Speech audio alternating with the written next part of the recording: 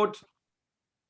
All right, so good morning, everyone, and welcome to another edition of Tech Savvy, where we're going to be looking at some very cool things. I don't know if it's going to be a short session or a long session, because you never know what kind of questions come out and when people ask questions. And Shirley Rose, I'm so excited that you joined us too. Look at that.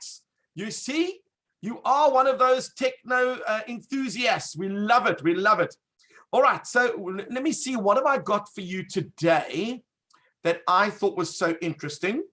The first thing I'm going to share with you, I will type it in the chat if you would like to see it.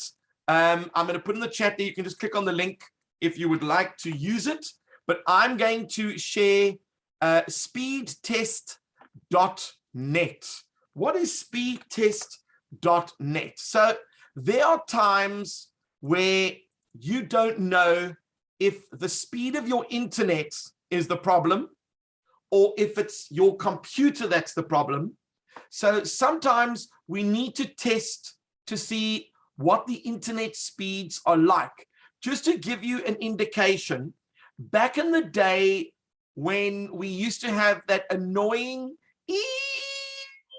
sound like a fax machine when you were signing up for the internet, the speeds that you could get on a line like that were, the fast lines were 512K. That is 512K. Bearing in mind that 512K, if you double it, you get 1 megabit. Now, 512K were like for corporates. They had half a meg. They had those top speeds. The average person at home had 33K. 33K. So you would need to multiply that by a lot to get to the speeds that we have today. Now, the minimum that you can get on fiber, I believe, is 10 megabits. So bearing in mind, 1,000K equals 1 megabit, and we were sitting on 33K. Some of us have got more than 10 megabits. Our lines are a lot faster. So we're going to look to see what my line is like, and I'm going to click over here on Go. And it's going to tell me 3 things. 1 is the ping. 2 is the download speed. And 3 is the upload speed. So right now, my ping is 1 millisecond. My download is 95.68. And my upload is approximately 95-ish, 96-ish. Let's see what it says, 95.8. Okay, so what does this mean? It means that if I send an email or a message from me all the way to the other side of the world and back, it's going to take 1 millisecond. That is very, very fast. That means that when I'm doing a Zoom call or I'm doing something, I don't have much delay because the message can get there and back so quickly that you wouldn't even notice.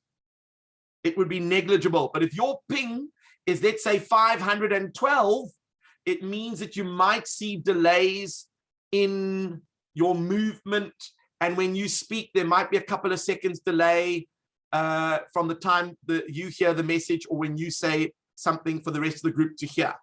So that just helps you to understand what your speed is like in terms of getting the information there and back in the shortest amount of time. How much information you can get? Well, my speed is 95 megabits download. That is incredibly fast. It is way faster than average. I don't think the average in our country is anything close to that, but I need it because I use it for work purposes. In other countries, they've got a gigabit. That is 1,000 megabits. So you can imagine I've got 95, but in Japan, the average household might have 1,000, which is super fast. In other words, if you want to click on a movie to download it, you could probably download it in about 2 seconds. Whereas here, if you want to download a movie with 100 meg line, it might take you maybe, let's say 2 or 3 minutes, depending on the size of the movie. And of course, if you've got a 10 meg line, it might take you 15, 20 minutes to download a movie, but that is still way better than what it used to be. So what does this mean, download and upload? Well, if I'm doing a Zoom call, your images that I'm seeing are coming through my download. So the more speed I have, the better the quality of images I will see of you. So I don't see any of you as being pixelated at the moment, but if you are pixelated, if all of you are pixelated, then it's probably my download speed. But if some of you are pixelated, then that is probably your upload speed, because your upload is how much information you can upload onto the internet, and video uses a lot of information. So the better quality camera that you have, and the faster speed that you have, and the greater the upload that you have, the better the quality of your Zoom call. So if all of you did a speed test, I'm curious to know, what is your ping? If you have typed in speedtest.net and you've clicked on go, type in the chat what your ping is, and we'll do a quick survey to see how quick some of your lines are. Let's have a look.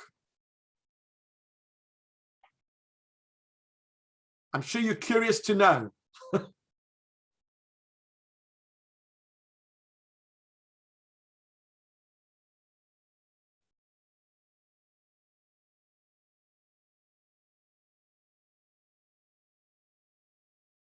Estelle, you're smiling. Does that mean you've got good numbers or bad numbers? Are you on mute at the moment, Estelle? We can't hear you. So what you might need to do, Estelle, is on the bottom left-hand corner of your screen, where there's a little microphone, there's a tiny little up arrow. If you click on it, you can go to test microphone, and that often resets the microphone to get it to work again. Felicity, what was your speed like? I didn't get in. I'm sorry. I'm still busy. Oh, that's okay. That's all right. Rebecca, what's your speed like? You're picking on some people here.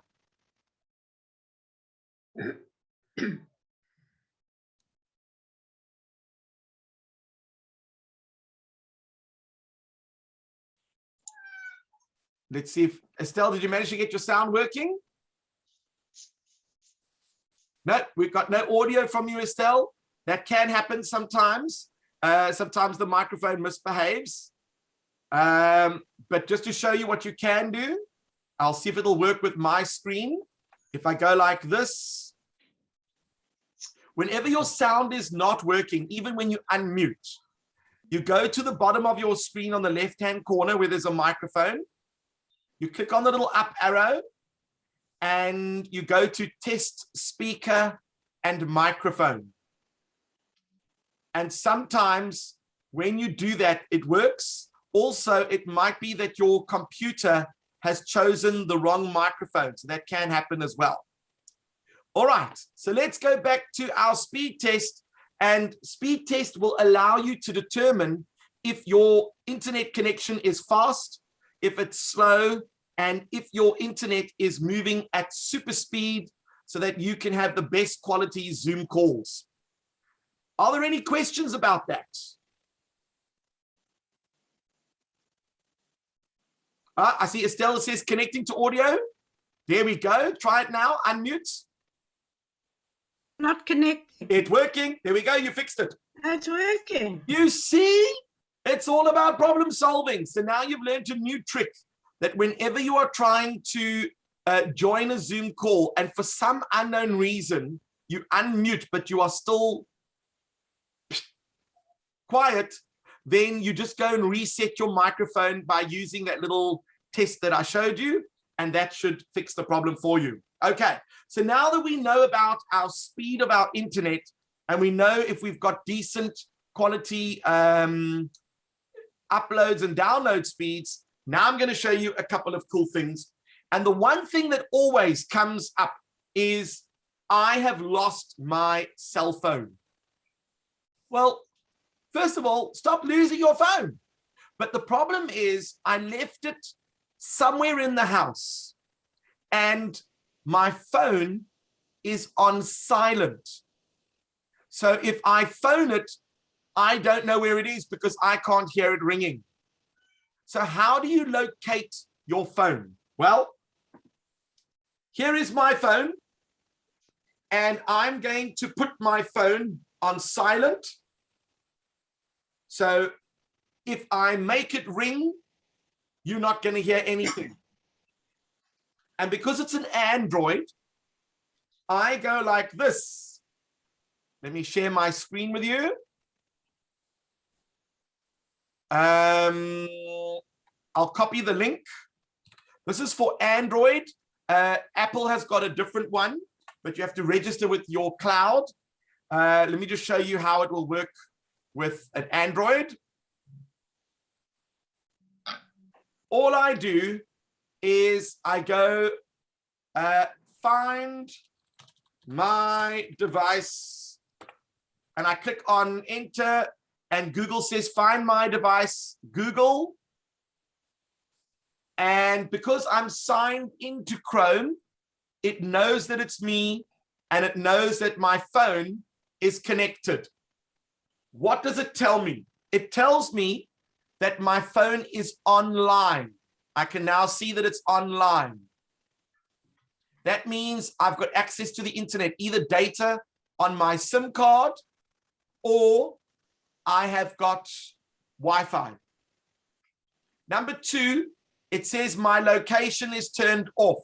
If my location was turned on, some people leave their location on, some people don't because it uses the battery, but let's put my location on.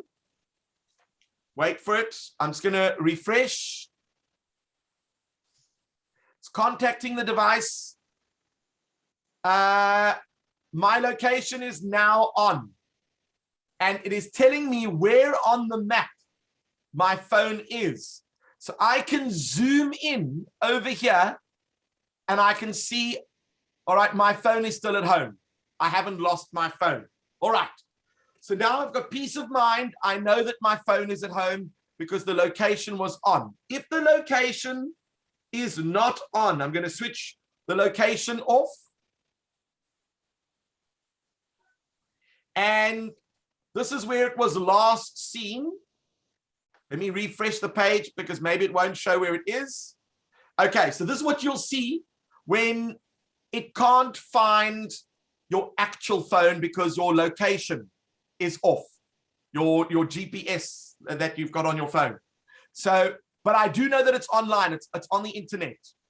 So the first thing I can do is, my option here is play a sound.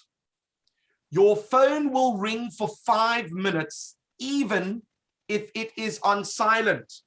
So I'm going to hold my phone here, pretend it's in the lounge between the two cushions on the couch. Remember, my phone was on silent. Now I can run around the house looking for my phone. And when I do find it, I can come back to the computer and click stop ringing. There we go. Stop ringing.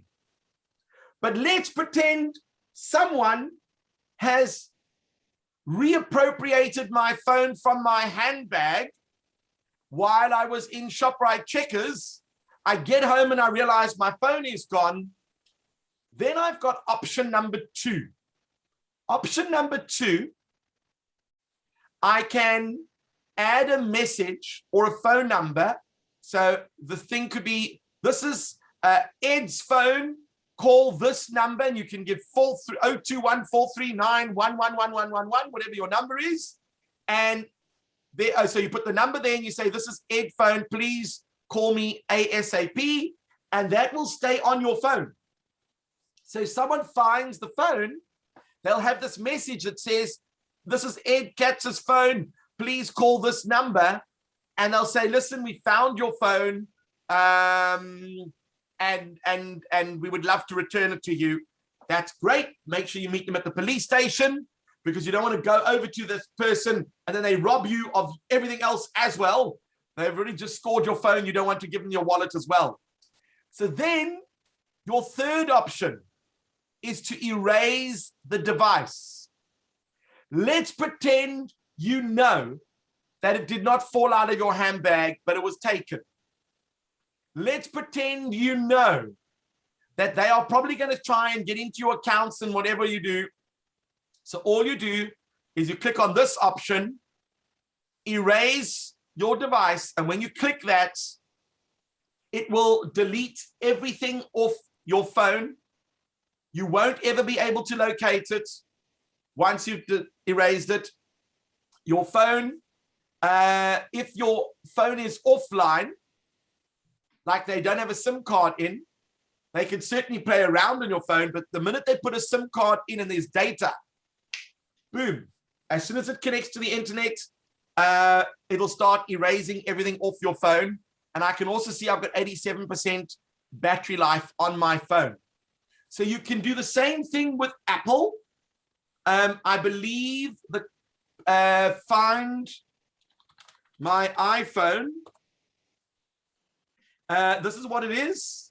iCloud Find My Phone.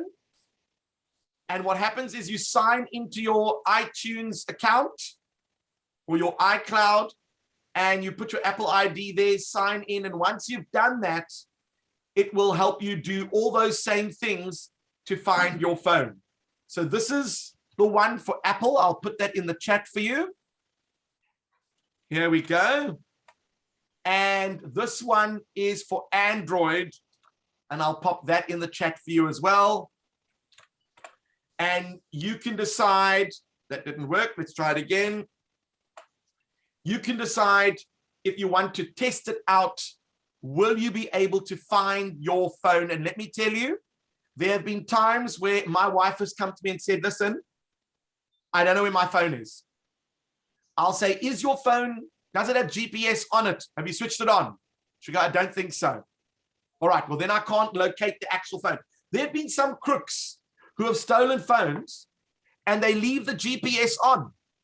And then you can track exactly which house they are in with your phone.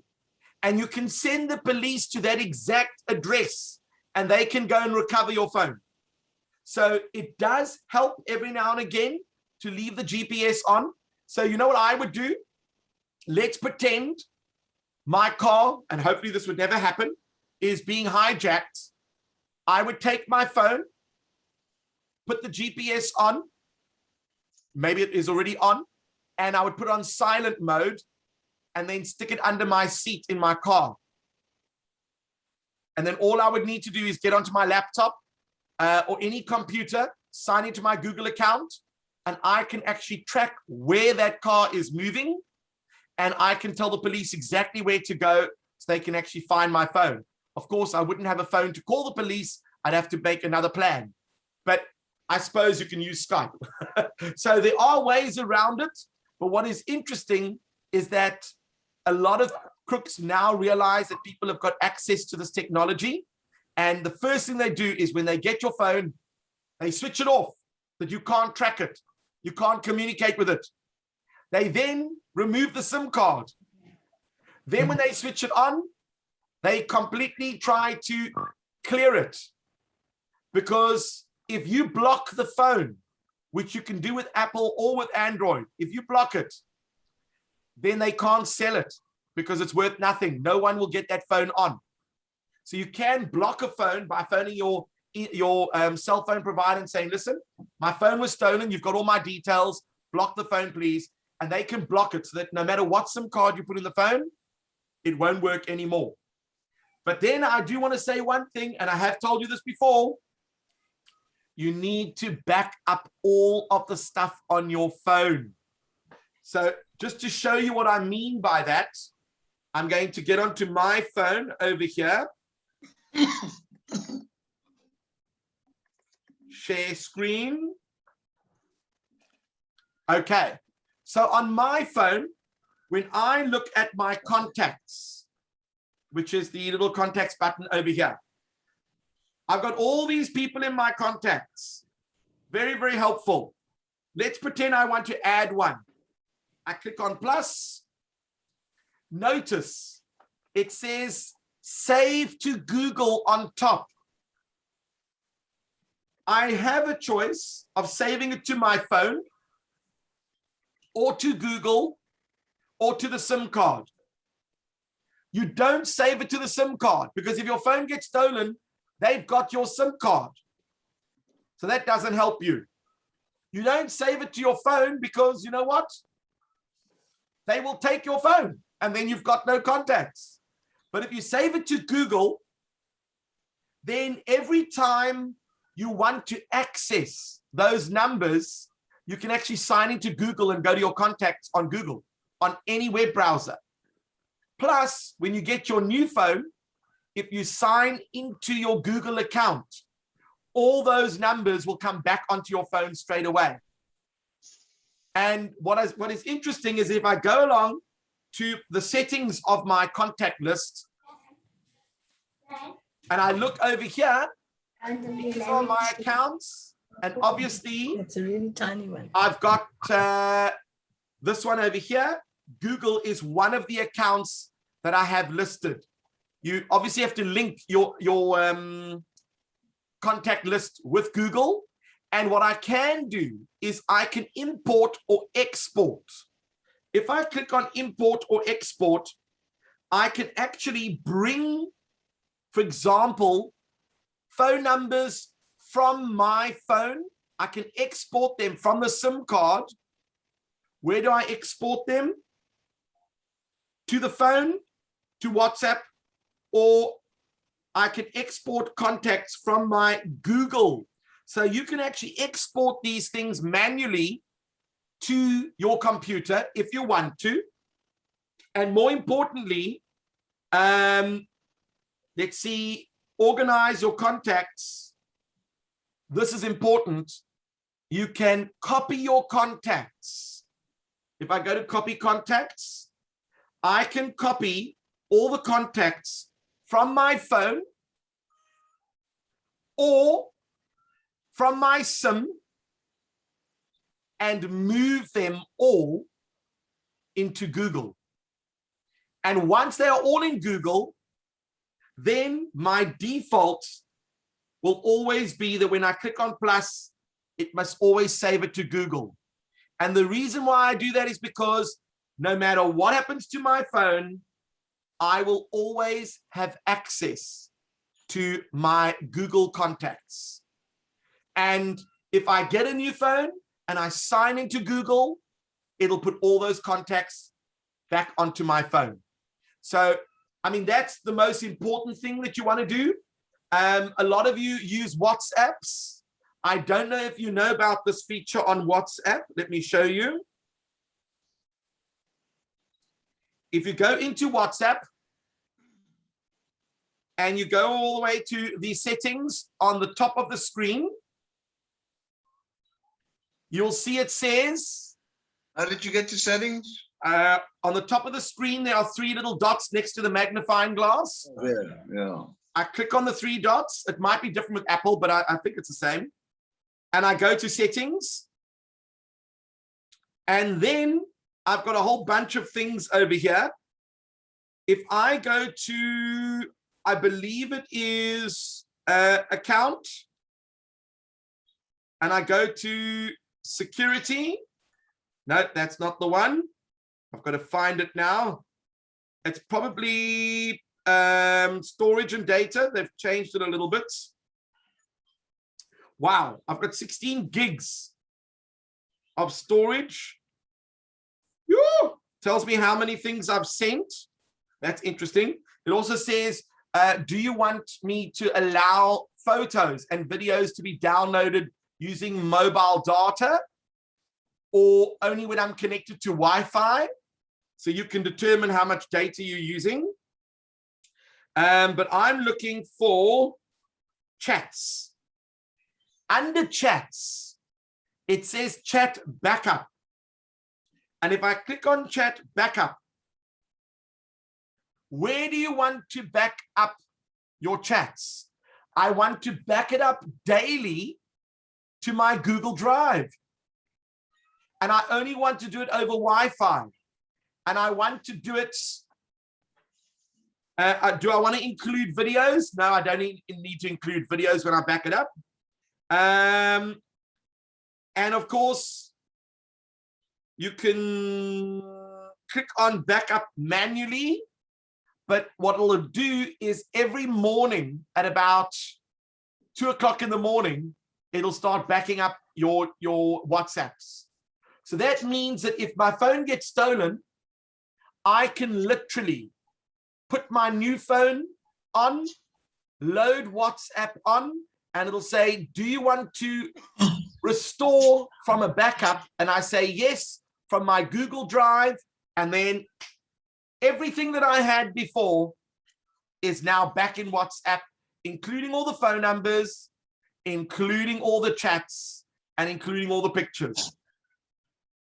So the one thing about the Google backup is that you've got all of these features built into your phone, and not everyone uses them. And the problem is that tomorrow, that is the day your phone gets stolen. And then what do? Then you say, Steve, I've got a problem. My phone was stolen. How do we fix that? And I say, well, where did you store your phone numbers? On my SIM card? Didn't we discuss this already? Did we not say you should be copying all your numbers over onto Google? Well, that's okay. I've got only about like 80 numbers. Okay, so how are you going to retrieve those numbers? We could get your phone bill from your cell phone provider, and we can go through every single number and try and identify who those people are. But that is going to take you ages. Or you can just back this stuff up onto Google, and literally within 5 minutes of installing your new phone, everything is back to where it was. No need to worry, no need to stress. And that is the importance of backing up all of your stuff, because it can happen that your cell phone decides to go for a swim in the toilet. It can happen that your cell phone decides to go on a vacation to a location nearby. It can happen that you get into the car, and as you do, it falls out of your pocket. And then when you close the door, you drive over the phone. Now you can't get anything off the phone. But if you've backed it up, it's not a problem. Absolutely no problem. Are there any questions?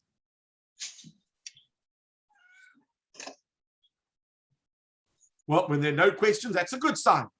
All right, what was my next goodie that I've got to share with you? Okay, this one's an interesting one. I'll put the link in the chat for those who would like to check it out. It's called labnol.org. Labnol.org. It's a very unusual name for a website, but it does something quite unique. Let's have a look to see what labnol.org does. Have you ever had a situation where someone sends you a picture of them on a tropical island with this person who they claim is their new spouse, but you know very well that your friend definitely is not married, and that's probably a fake photo? I would like to do a reverse image search. Instead of searching for images, I want to put an image in and find out what they say. So I'm going to click over here on upload image. I'm going to find an image somewhere. Let's choose something from pictures. This one over here. This is my new friend. His name is Luke. We met out on the Battlestar ship. And yeah, this is the only picture that I have of Luke because it is a unique, one-of-a-kind photograph. So I'm just going to quickly upload that image. There we go. I've now uploaded the image. What does the reverse image tell me? Show matching images. Let's hold thumbs. Oh, wow. Look what it says. Luke Skywalker. And look at all those other images of Luke Skywalker. Oh, man. And I thought it was a unique picture. So there might be a time where you are looking for something in particular, maybe a vase or whatever, and you want to know, let's try that actually. I'm going to try an experiment. I'm going to go candlesticks. Let's put Russian. Silver. Let's get an image. These ones here. Some families, they love collecting heirlooms to pass down. So I'm going to save this image. Let's just put it under pictures. And maybe we can put it under CJSA. Test. There we go. I'm now going to go back into my laminol. And I'm going to upload a new picture. Let's see if I can do that now. Upload an image. I'm going to go to my CJSA, a pair of antique Russian candlesticks. I'm looking for a pair just like that. What does the reverse image find? I'm curious to see this myself. Look at that. It's got a whole bunch of images. It's got a whole bunch of antique stores. Did you know there's an antique store online? What else is there? They're selling it on eBay. Here is a pair of Russian candlesticks, Shabbat candlesticks. Let's have a look.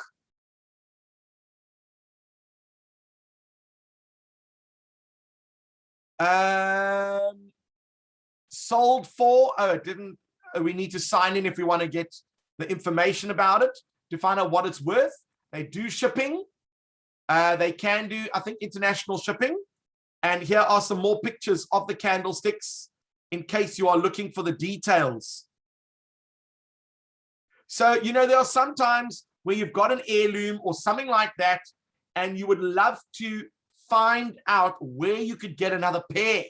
Or maybe you saw Estelle walking down Main Road Sea Point, and she's got a very fancy brooch on, and you think, oh, I would love a brooch. And you happen to take your fancy smartphone and get a photograph of it. You can use this website to do a reverse search, and it might even tell you which stores are selling it. And that way, you can walk down the road and go, oh, look, Estelle, I've also got a fancy brooch too. And mine was actually 100 Rand cheaper than yours. And I know some people would do that. No, Ed, I'm not talking about you. So you see, some people will definitely use this to go and find items. Some people, for example, are trying to make a birthday card, and they need an image of like a mountain with snow, but they're not looking for the one that they found on the internet. They want something similar. So you might be able to upload the photo of a snow scene, and it might give you a whole bunch of alternatives. And in one of those, you might find the actual image that you are looking for. So it's very helpful when you are not just looking for an image, but you want to find out more about an image that you currently have on your computer. And hopefully you find that useful.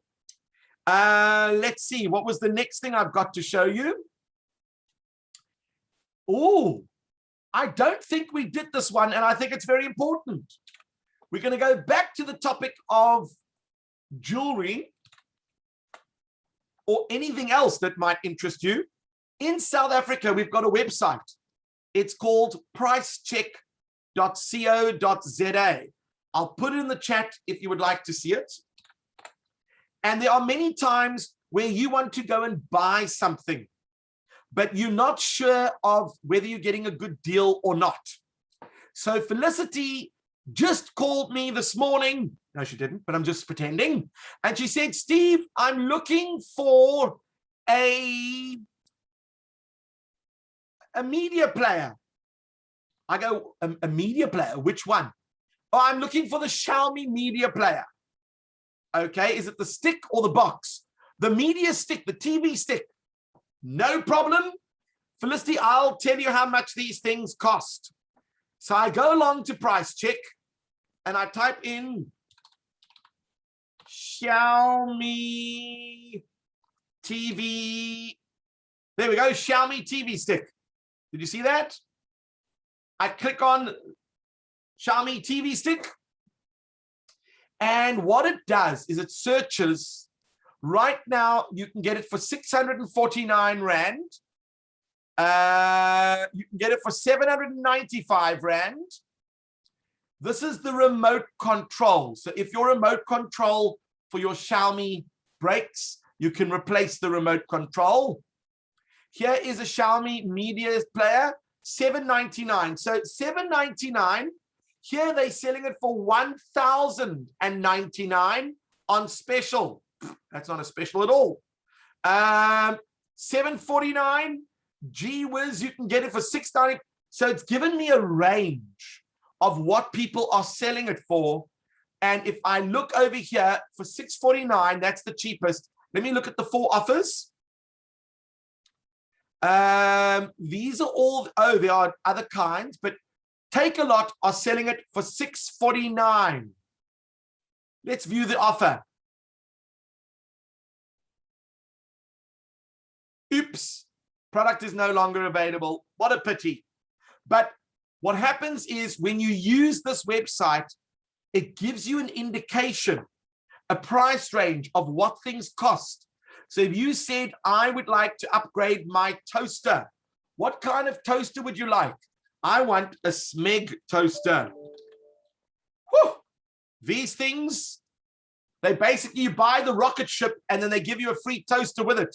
So if I look at my Smeg toaster, 3,099 Rand. And of course, this one is 3,200.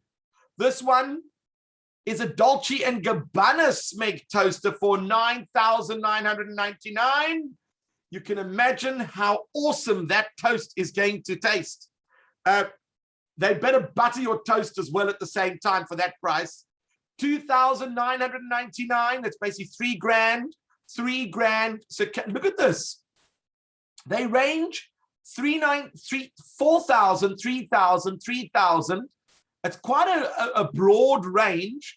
And then over here, this is, well, that one was for 3,000. So far, 3,099 is the cheapest. And who's selling it? Well, let's look at the 2 offers. You can get one at Superbalist for 3,299, and you get one at Bargains for 3,099.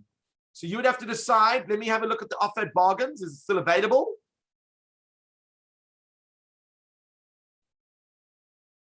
Yes, it is. It was 3,499. It's now sitting at 3,099.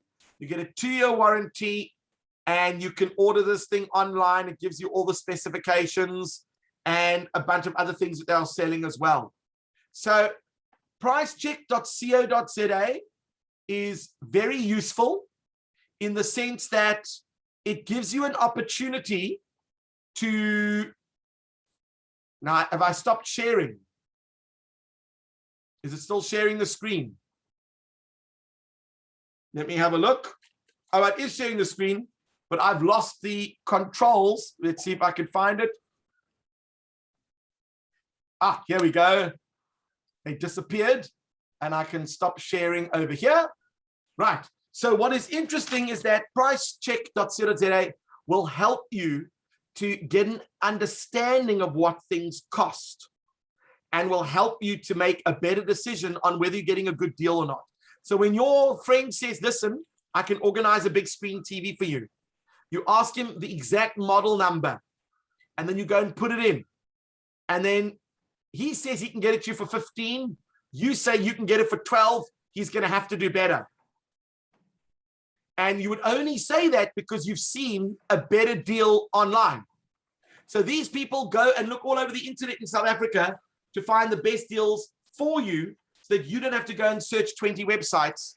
And if you do that and you click on the links and you buy it through them, then they get a commission from the stores. So that's why they go out of their way to find all of these special deals for you. All right, what was the next website we're going to be looking at? We've got two. Some of you might be artists. And this particular website, I'll post it in the chat. This is only for those of you that really want to explore your art a little bit more. Let me share my screen with you. Where is it? Here we go. It's called Clicky. And it's basically a paint tool. So what you can do is if you've got a stylus, which is like a pen that you can use on a touch screen, you can even use it on a cell phone. I'm going to see if I can find my stylus. I have one over here. And you can, for example, go like this. I'll draw a happy face. I'm going to go to this one over here on the right. And I'm going to just put some. Now, obviously, the longer you hold your pen down, the darker it will be. So it kind of works a lot like an actual pen. Maybe I need to make the size a little bit smaller. And I can put some bags under the eyes.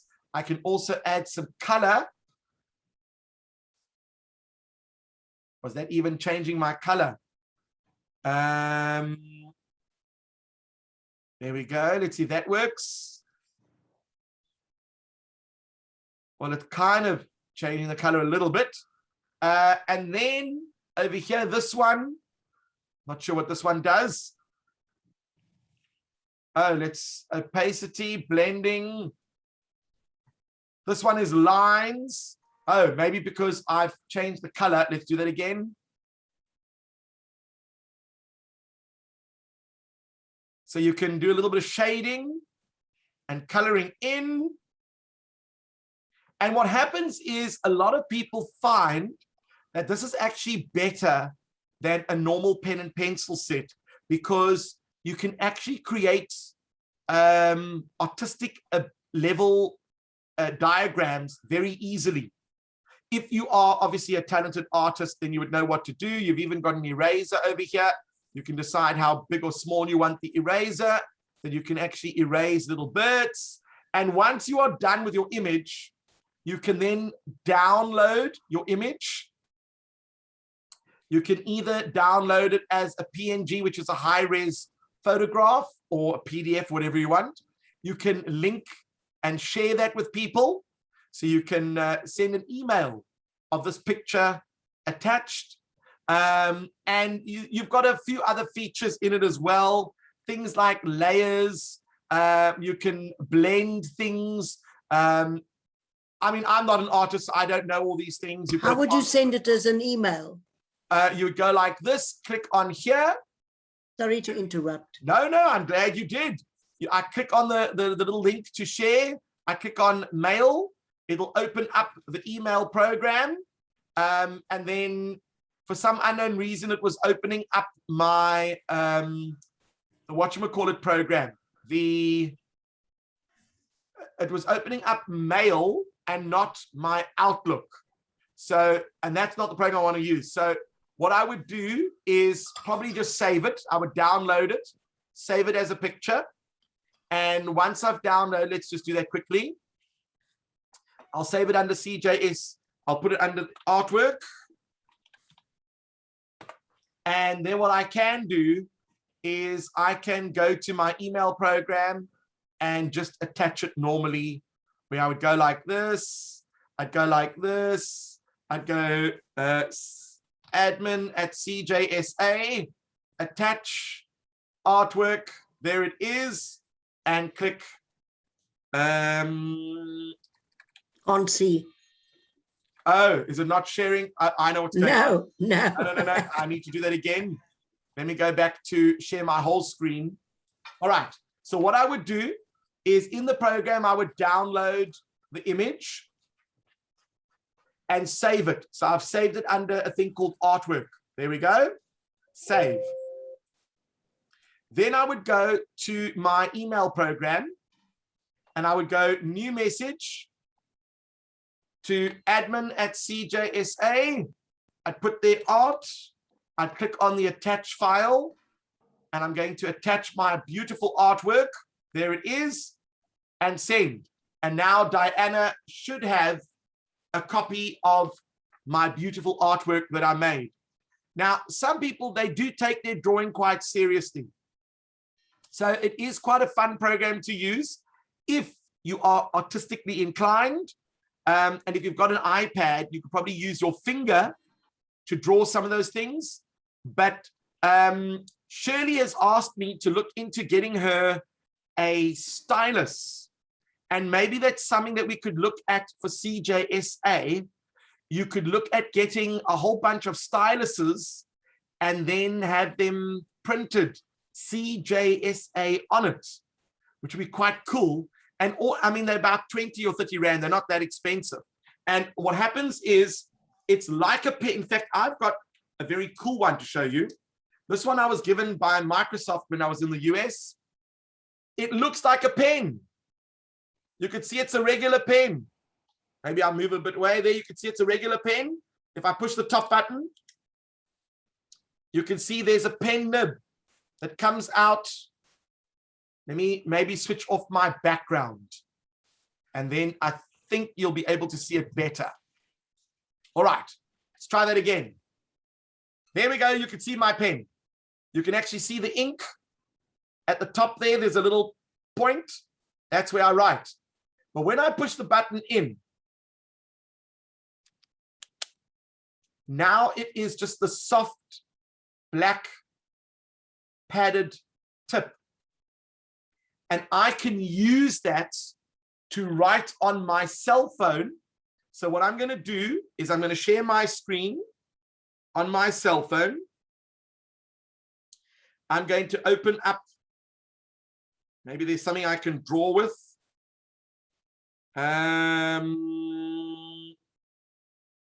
Here's a maths program that I can draw with. And if I click on draw, then I can actually write 2x squared minus 4. I've written that with this pen, and it actually puts that onto the screen for me. So some people prefer to write things by hand. They find that they can't actually do it with their finger because their finger is much bigger than a pen. So a stylus is something that you can get. They're really not expensive. And if you order a bunch of them, then everyone can score from the free shipping. And I think that for 20 or 30 bucks, you can get a little mini one that you can keep on your keyring. And then whenever you need to use it, you just, write with it straight away. So that is entirely up to you if that is something that interests you. Let's see if I can end share screen. There we go. So a stylus is useful. I've got a pen. Just don't forget to bring the tip of the pen in. You don't want to write all over your screen with an actual pen because your screens are not designed for that. So you can get just a stylus. It's not a pen, but only a stylus. And you can then use that on your phone as if you were using your finger. And you might find it easier to poke the letters on your keyboard because if you've got fat fingers like me, you obviously mistype many things. But if you've got a stylus, you can literally poke all the little buttons. And the reason it works is because it conducts electricity. A lot of people will take, for example, a pen and put rubber on it and touch their phone screen and nothing happens. And that is because it's not conducting electricity. This is a special material that allows electricity to conduct. That's why your finger works, because you are completing the circuit. and you can test that out. It is a lot of fun. And then finally, What was the name of that program that you were just talking about? oh, that was Microsoft Maths. It's just a maths program that I use sometimes when I'm showing teachers how to do. No, I mean the one with this art thing. So Oh, it's in the chat. It's called Clicky, KLEKI.com, and it is in the chat. If you click on the chat, you should see it. And the last thing, this one was actually very interesting. A while back, Google had a project called Google Expeditions. I'm very sad that they stopped using it. And I'll tell you why. What Google Expeditions allowed you to do is Diana could go along and walk around Sea Point, taking photos and videos of different parts, and then put them together as an expedition, and then share that expedition with someone in the group. So Elaine, for example, could go onto this expedition and it'll say, these are the best shops in Sea Point if you are looking for items of Judaica. So you would go along and you could actually watch the video clip of the street. You could also use what we call 360 view. I happen to have a little camera that films in full 360. And that means when you're actually viewing the video, while the video is on, you can still move around the video to get a view of what was behind you at the time it was filmed. And you can imagine this means that kids could go on school trips to a famous museum where they could go up to each painting and learn about the painting without actually stepping into the museum. And then they stopped it, which was very sad. But many people made all these amazing expeditions. So they assembled them all and put them into the link that I've just shared with you now. And I'm going to share that on the screen. Let's go into the Google Expeditions. It's called Take a Virtual Field Trip. Here we go. So basically, where do you want to go today? So I'm going to go down and I'm going to pick arts, technology. I'm interested in science and technology. Let's go to explore. I'm interested in space, astronomy, so I'm going to go to that one. And astronomy is the study of what we know about the universe. It says this story was created for the Google Expeditions project. You can now click on the down arrow. We explore our position in space and discover what planets and stars and moons really are. So I'm going to click on that picture. Let's have a look. That's beautiful. You can see the Milky Way, and you can even see a comet moving across. It could be a shooting star, which I think is pretty cool. Let's go back there. What else has it got? This is a 360 view. So I can now move with my mouse and view in 360 view what is going on. So this photo was taken over a long time frame, because you can see it recorded movement of a shooting star. And you can actually see, maybe, for example, that is the International Space Station moving along. You've got some bright stars there. You've got some galaxies. You've got the Milky Way, which is beautiful. And I think that is the moon over there. So you can actually view everything in 360. Which I think is quite amazing, and it allows the teacher to talk you through what you are all looking at. So the teacher might say, if you're looking all to your left, go to your left, you'll see a lake. Yes, above the lake, you'll see a white patch. Now, this is how Google Expeditions would work.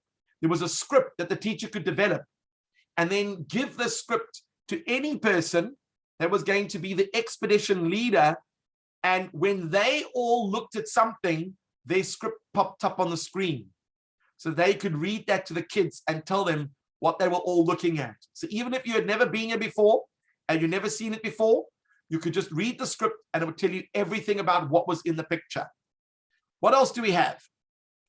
What is up here? Oh, look at this one. This one's a close-up of the Milky Way. I wonder what that is. Is it a comet? Is it a shooting star? What else we got? Oh, this is the Milky Way, you see? This is our Milky Way, and on a cloudless night, one can see the entire galaxy across the sky. The first telescope was invented in late 1800s and allowed Galileo to see celestial bodies such as our moon more clearly. There's our moon. Orion and the ancient beliefs. So now, of course, they're looking at stars and they gave them the characteristics of Roman and Greek gods. Bright comets have captured the attention of early civilization for millennia, as early as 3000 BC. So that is a comet, as I suspected, and looks magnificent. And yes, you can actually take photos of comets. You just need to know how to use a camera, and you would need long exposure and you need to be in the right place, but you can actually capture well-known comets that are going past Earth. And what is really cool is if you are into space, as I mentioned, I'm doing an interview tomorrow night.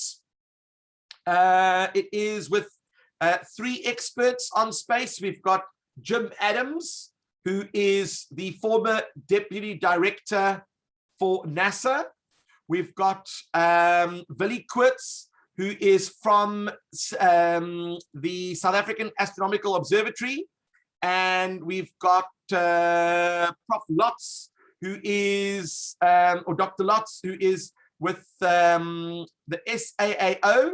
So if you would like to be a part of that interview, it's happening at 7 o'clock tomorrow night. I'll share the link.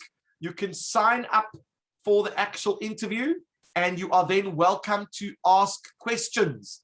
The panel are going to answer anything you want to know about space.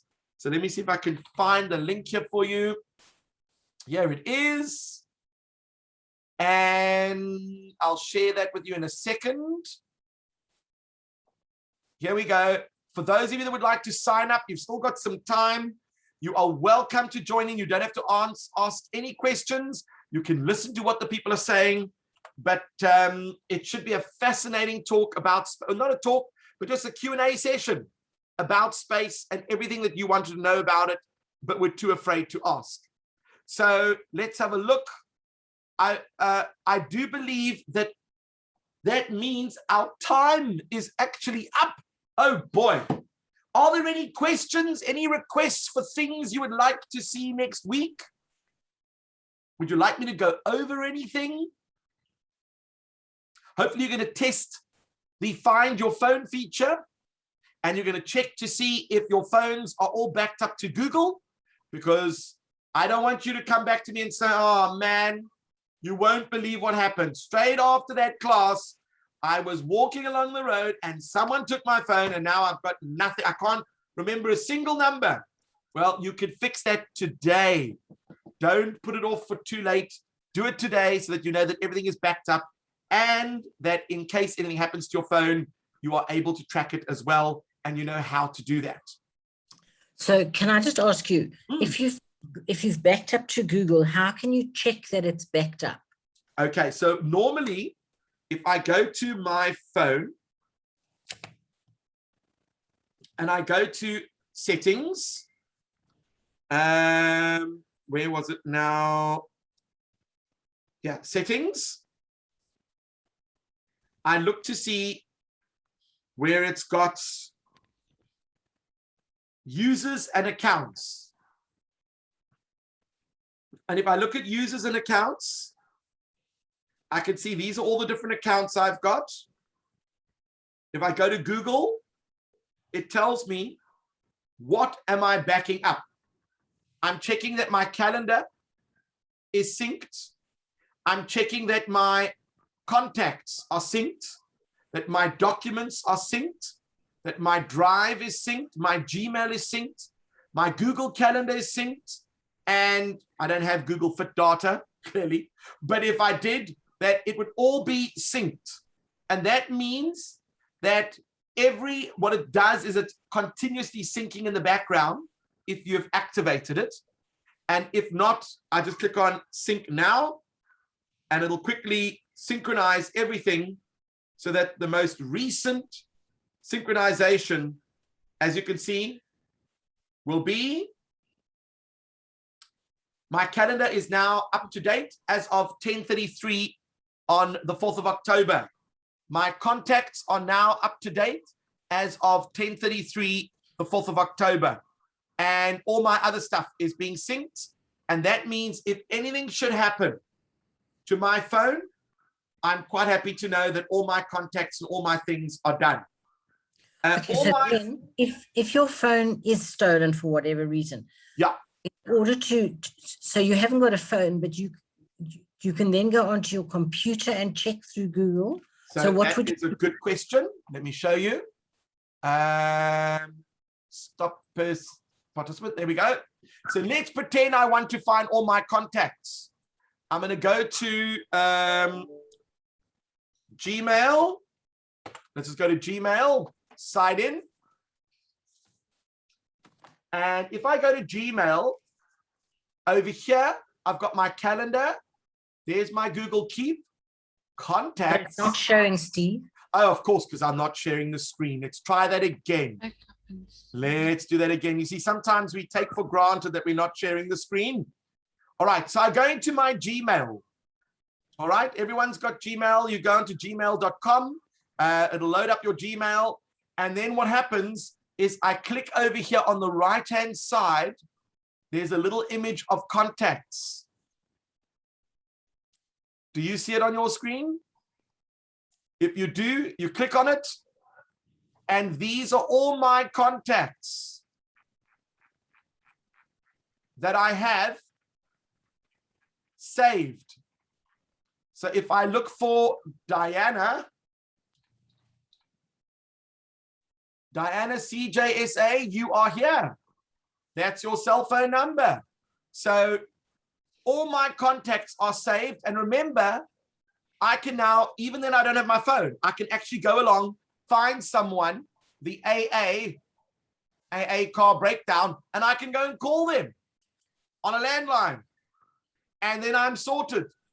But what I can say is that once I get my new phone and I sign into my Gmail account, I mean, once I sync it to my Google account, everything, all my contacts will come back into the phone again, which is a very, very helpful thing, because trust me, we take for granted that we have all, I mean, some people don't even know their spouse's phone number because it's in the address book, what I need to remember it for. And when that address book is gone, then you don't know their number. So what do you do in an emergency? So you can just go onto a computer in any internet cafe, sign on to Gmail, find your phone if you need to. If you can't find your phone, at least delete everything off the phone. And then finally go onto Gmail, get your phone numbers, and you can always export those into another phone if you're not going to get a Gmail, an Android. If you're going to get an iPhone, you can always export the numbers into a new format and then put them on your iPhone as well. It's all very doable. Yes, Estelle? I just want to ask, if I save the contacts to Google, will they still show on my phone? Because mine shows you can either say phone or Google. So what I would do is I would save all your numbers to Google and then only show Google. So it stays offline, but remember, it's going to sync your phone every day. It's going to sync with Google. So that means Google will always have the most up-to-date ones from the ones from your phone. But it'll still show on both. What do you mean it'll show on both? On the phone and on Google. Absolutely, absolutely. Okay. Isn't this Thank a you. revelation? It's wonderful to know that you have peace of mind, that you don't have to do what I do and get 700 or 800 numbers or even 1,000 phone numbers and try and recreate that. I mean, you can't take 20 years worth of numbers and then try and recreate that. So just save it and you have peace of mind. Then you know it's saved. And it saves your photos and everything. So when I take my photos, I use Google Photos. So everything that I do automatically backs up to Google Photos. So let me have a look to see if I've got any photos at the moment. Okay, so let me do this on my phone. And we will do a session on Google Photos next week. I think that's a very important one to do. Where's the Zoom call? Let me share screen. Okay, so when I take a photo, I automatically, because I've saved the Google Photos app on my phone, you'll see it coming up on the top left, Google Photos. So these are the most recent photos that I took. And it puts them into month order, which is very helpful.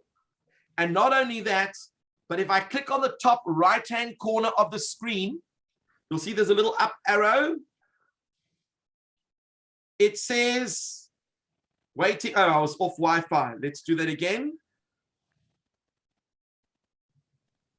I'm back on Wi-Fi. Yes, yes, yes. Okay, I'm back on Wi-Fi, and it's now uploading the last photo. And now, if it's uploaded, there we go. My backup is now complete. Let's see if that is working. So what I normally do is I go along to the top right-hand corner. I click over there on that little round circle of me. And over here, it says backup. When I click on it, it's backing up. And as soon as the backup is complete, it says backup complete. Then lower down, it says you can free up 3.66 gigabytes of photos on your phone. So it will delete them off your phone, but you will still be able to see them in your Google Photos. So they'll still be here. They just won't be sitting on your phone, taking up all that space. And there are huge benefits to storing all your photos. Oops. There are huge benefits to storing all your photos on Google Photos. I know Apple's got an iCloud, but they only give you 5 gigabytes, whereas Google gives you 15. And I will show you some of the amazing features of how to create an album and share that album with people, how to search for photos. And when you see this, you're going to go, what? Why didn't I ever do this before? So you, A, can upload all your photos. B, you can save your hard drive space by deleting photos off your hard drive automatically. And you always have access to your photos, because what I can do is I can then go right now to my Google Photos app on my screen. Let's just do that quickly. And I will share the screen. Yeah, where's my Google Photos? Here we go. I'm going to go to share screen.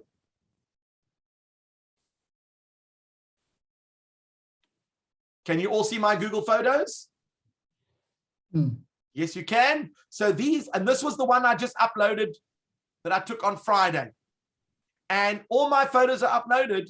And of course, I can search photos that I took on the 29th of, let's just look for photos in March.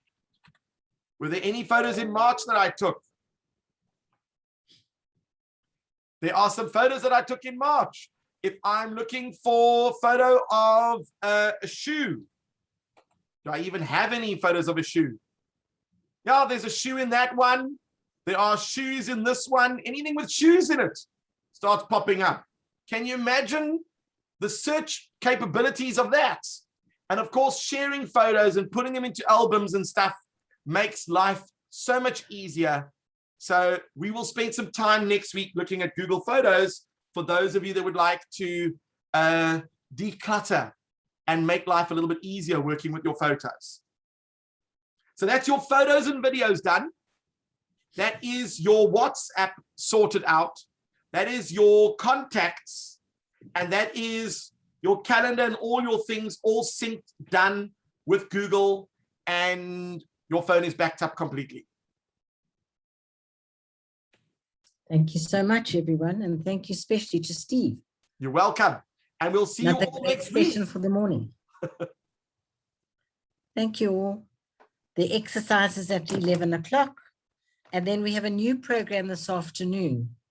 Just a minute.